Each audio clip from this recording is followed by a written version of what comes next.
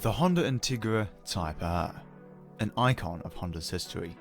Conceived in the 90s during Honda's golden years, the original featured a 1.8-litre engine so good, everyone wanted to steal it.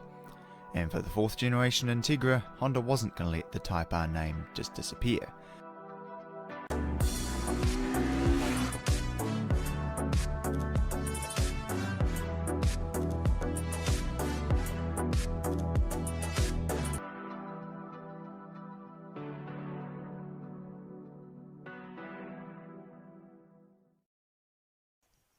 G'day and welcome to my brand new series on Coupes and Convertibles, where every week we'll get a new car on to review, and at the end I'll decide which one I think is best. And this week we've got my 2002 Honda Integra Type R. I think this car is beautiful because it's so simple. The only difference between this and the base model Integra is a bit of a lip kit going on around the bottom, some slightly bigger wheels, and of course the classic Type R wing. It's another brilliant piece of design by Honda in the early 2000s because you know it's old, but it somehow just doesn't really look like it.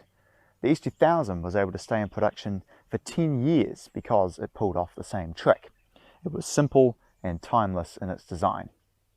The interior is, well, sparse.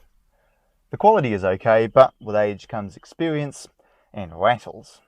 In this particular example, the glove box buzzes at speed, and there's something up behind my head over here that makes a racket over bumps as well. But I really like the driver-focused design.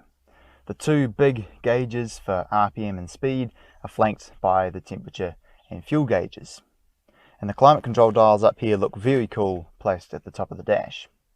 The pedals, steering wheel and shifter are all placed fantastically, so they all fall very easily to hand. There's plenty of room in these front seats and heaps of adjustment in the seat and steering wheel as well. That said, if you're a larger person, you will not fit in these seats. And even if you do fit, like me, getting in pretty much requires that you crush this driver's side bolster because of the tree-hugging design. The boot is actually way bigger and more practical than you think. I mean, with the seats down, I've had a bike in here, and heck, I've even slept in it. I can guarantee that out of all the cars I'm looking to review, this one is probably going to be the most practical. Legroom in the back seats is surprisingly actually pretty good. If you move the front seats forward a little bit, got heaps of room. However, headroom is a real issue if you're over 6 foot. I am not terribly comfortable in the neck department. But that said, I mean, who's really going to use the back seats in this car anyway?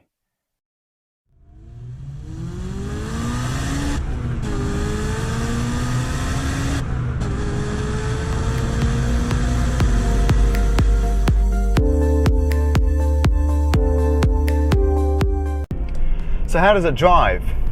Well, let's just say I'm certainly not expecting it to gain many points in the comfort department.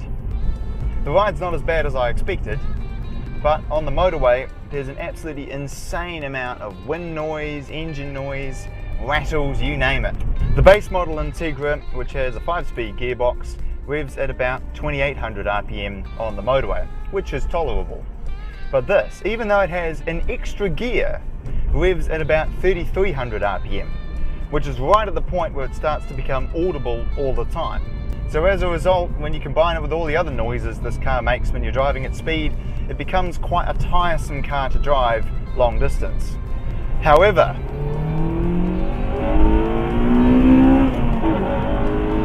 this is the best car I've ever driven for overtaking.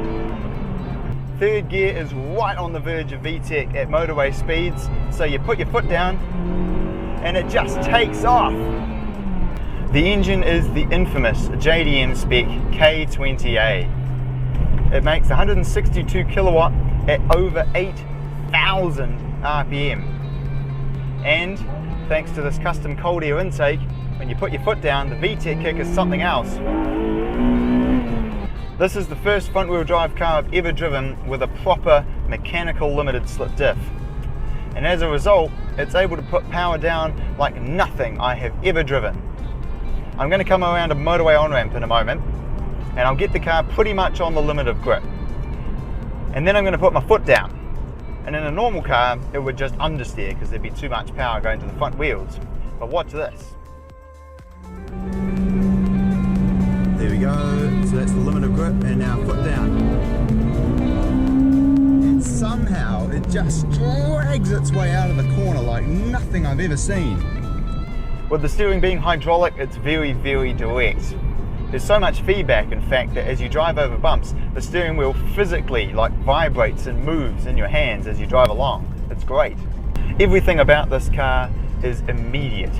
If anything, it's a little too immediate to the point where it becomes difficult to drive it smoothly. But on a twisting road, it works brilliantly. The throttle response, with this being a cable throttle and a naturally aspirated engine, is absolutely razor sharp. You put your foot down and there's an immediate transfer of torque to the wheels. And of course, there's no rev hang. And with a super light flywheel and brilliantly placed pedals, heel towing is a breeze. One small tap of the throttle and the revs just leap up to where they need to be. Torque is something that gets talked about a lot with this car, in that it doesn't have enough. But I don't know about that. You see, this car is light, only about 1150 kilos, and it has very, very aggressive gears, which means the amount of real torque that you're actually putting to the road is significantly more than the engine numbers would suggest. Either way, this car was never meant to poodle around at 2000 RPM. It was meant to be thrashed. And when you do, it's actually a bit scary.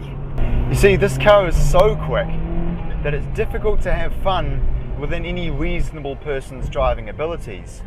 You put your foot down out of a corner and think, oh yes, and then look down and immediately think, oh no, actually, because I'm doing a speed that I don't really want to say. And while the handling's brilliant, I was going over twice the recommended speed through that motorway on-ramp, which is insane and dangerous. This road has a speed limit of 100, which is rare for a winding road like this in New Zealand. And I came up here a couple of weeks ago in a Toyota GT86, and I had a massive smile on my face, but I was only doing about 35 kilometers an hour. And this, I'd be bored at that speed.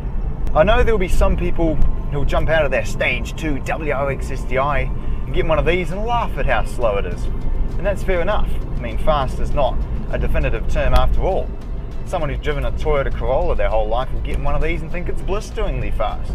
But you see, I'm scared of getting a speeding ticket, or worse, having another accident. But I still want to have fun. And having owned this for 6 months now, it's not really fun anymore. It's just terrifying. Now hear me out here. This doesn't make it a bad car. It's far from it, in fact. In the right hands, this is an absolute rocket ship that will easily take the fight to significantly more powerful cars. It has phenomenal handling, savage power delivery when it comes on VTEC, and a great transmission.